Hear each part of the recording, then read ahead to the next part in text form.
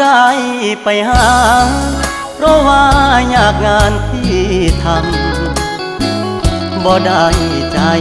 ดำยังคิดนำตัวน้องคือเก่าบ่ได้เปลี่ยนไปหัวใจอ้ายยังห่วงเจ้าบ่ได้ปล่อยให้เงาเสาร์อาทิตย์ติดงานโอ